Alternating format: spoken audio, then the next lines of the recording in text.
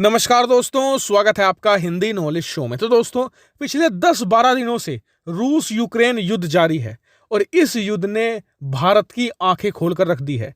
यहां तक कि भारत के बड़े बड़े मिलिट्री एक्सपर्ट और रिटायर सैन्यकर्मी भी काफी ज्यादा हैरान है जिस तरीके से रूसी टैंक और आर्म्ड व्हीकल बुरी तरीके से फैल रहे हैं। अब काफी भारी संख्या में ऐसे टैंक और आर्म्ड व्हीकल हैं जो युद्ध के मैदान तक नहीं पहुंच पा रहे, वो बीच में ही मिट्टी में धंस जा रहे हैं। आपको बता दूं कि भारत इस बात से बहुत चिंतित है क्योंकि इस समय रूस की तरफ से यूक्रेन के खिलाफ T-72 टैंक मैदान में है और भारतीय सेना में ये 2000 की संख्या में शामिल है। भारत की थल सेना की आप इसे बहुत ही मजबूत कड़ी कह सकते हैं। इस तरीके से इस टैंक का फेल होना भारत के माथे पर पसीना ला रहा है। लेकिन इस वीडियो में मैं आपके जितने भी सवाल हैं उन सब के आंसर दूंगा कि क्यों ये टैंक युद्ध के मैदान तक नहीं पहुंच पा रहे, ऐसी वीडियो क्यों आ रही है कि टैंक को ट्रैक्टर घसीट कर ले जा रहा है, और जो बड़े बड़े आर्म्ड व्हीकल हैं, ऐसे ट्रक हैं जिनके ऊपर मिसाइल डिफेंस सिस्टम तैनात है, वो क्यों मिट्टी में धंसे जा रहे हैं, कहीं तो सड़कों पर खड़े पाए गए हैं। तो ऐसी हालत क्यों है, ये सारे जवाब मैं आपको इस वीडियो में देने जा रहा हूं। तो चलिए बिना टाइम वेस्ट के वीडियो को शुरू करते हैं। तो दोस्तों, सबसे पहले हम जानेंगे रूस के ट्रकों की कमी, क्योंकि जो टैंकों की दिक्कत है वो इसके बिल्कुल अलग है, उसके बारे में हम बाद में बात करेंगे। तो दोस्तों, आपने देखा होगा कि पिछले 2 हफ्तों में ढेर सारी ऐसी वीडियो आई है यूक्रेन से जहां पर रूसी सेना ने टैंकों को सड़कों के किनारे लगाकर छोड़ दिया है ऐसे ही। इसके अलावा भारी मात्रा में रूसी ट्रकों का काफिला कई बार तो मिट्टी में धंसा पाया गया है। उस पूरे के पूरे ट्रक के काफिले को रूसी सेना ने वहीं पर छोड़कर वो आगे निकल गए। तो ये दिक्कत आ रही क्यों है? तो इसमें सबसे बड़ा हाथ है रूस की खराब रणनीति का। दरअसल रूस ने यूक्रेन की सीमा पर पिछले 1 साल से अपनी सेना का जमावड़ा करके रखा हुआ था, और दिक्कत यह थी कि सेना को एक जगह से दूसरी जगह हिलाया भी नहीं। जो ट्रक जहां पर खड़ा है 1 साल से खड़ा ही है, और आप जानते हैं एक ट्रक तो छोड़िए, आप अपनी बाइक को एक जगह 1 साल तक खड़ा रखिए, जो टायर है वो फ्लैट हो जाता है, जिस वजह से टायर खराब हो जाता है।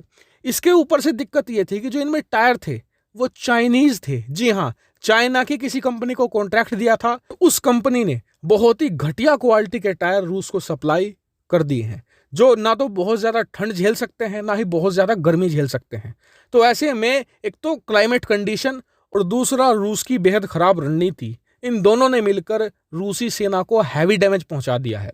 हालांकि भारत को इससे चिंतित होने की जरूरत नहीं है, क्योंकि भारतीय सेना जो भी ट्रक इस्तेमाल करती है वो सारे भारतीय होते हैं, चाहे टाटा का हो, चाहे भारत बेंज का हो, फिर अशोक लेलैंड का हो। और उसमें जो ट्रक होते हैं या तो आपको भारतीय मिलेगा या किसी यूरोप की टॉप नॉच क्वालिटी कंपनी का मिलेगा। तो ऐसे में भारत को दिक्कत नहीं आने वाली। लेकिन जो भारत को दिक्कत आ रही है वो आएगी टैंकों में। दरअसल ऐसी ढेर सारी वीडियो भी आई है जिसमें टैंक मिट्टी में धंसे पाए गए हैं। कई टैंक को ट्रैक्टर ही खींचे ले जा रहा है। तो देखिए, जो टैंक को ट्रैक्टर ले जा रहा है ना, वो तो सिंपली ये बात है कि जो फ्यूल था वो खत्म हो गया, क्योंकि लोगों ने जो साइन थे सड़कों पर लगे हुए कि ये रास्ता इधर जाता है, उन्हें हटा दिया था, जिससे कि टैंक भटक गए और कई 100 किलोमीटर इधर उधर भागने लगे, जिससे कि उनका एंड में फ्यूल खत्म हो गया।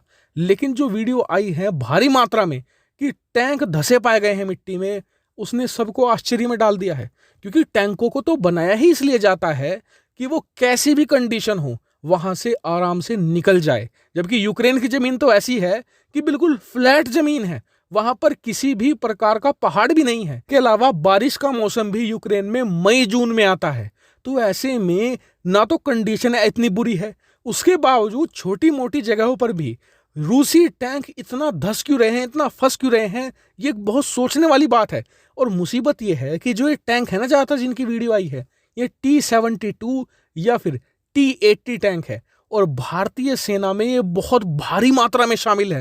मैंने आपको बताया T-72 2000 की संख्या में है। वाली दिक्कत पहली बार नहीं आई है। आपको बता दूं कि अब से 1.5 साल पहले अर्मेनिया अजरबैजान का युद्ध हुआ था। उस समय भी जो T-72 टैंक था ना अर्मेनिया की तरफ से, वो बुरी तरीके से पराजित हुआ था। इसीलिए जो रूस के टैंक बार बार फेल हो रहे हैं, ये भारत के लिए बड़ा सरदर्द है। और इससे बचने का सबसे बेहतरीन तरीका है कि भारत तेजी से खुद के स्वदेशी टैंक बनाना शुरू कर दे बड़े लेवल पर। हालांकि इस पूरे मामले पर आपके क्या विचार है, कमेंट करके जरूर बताइएगा। फिलहाल इस वीडियो में इतना ही। Thank you very much for watching video.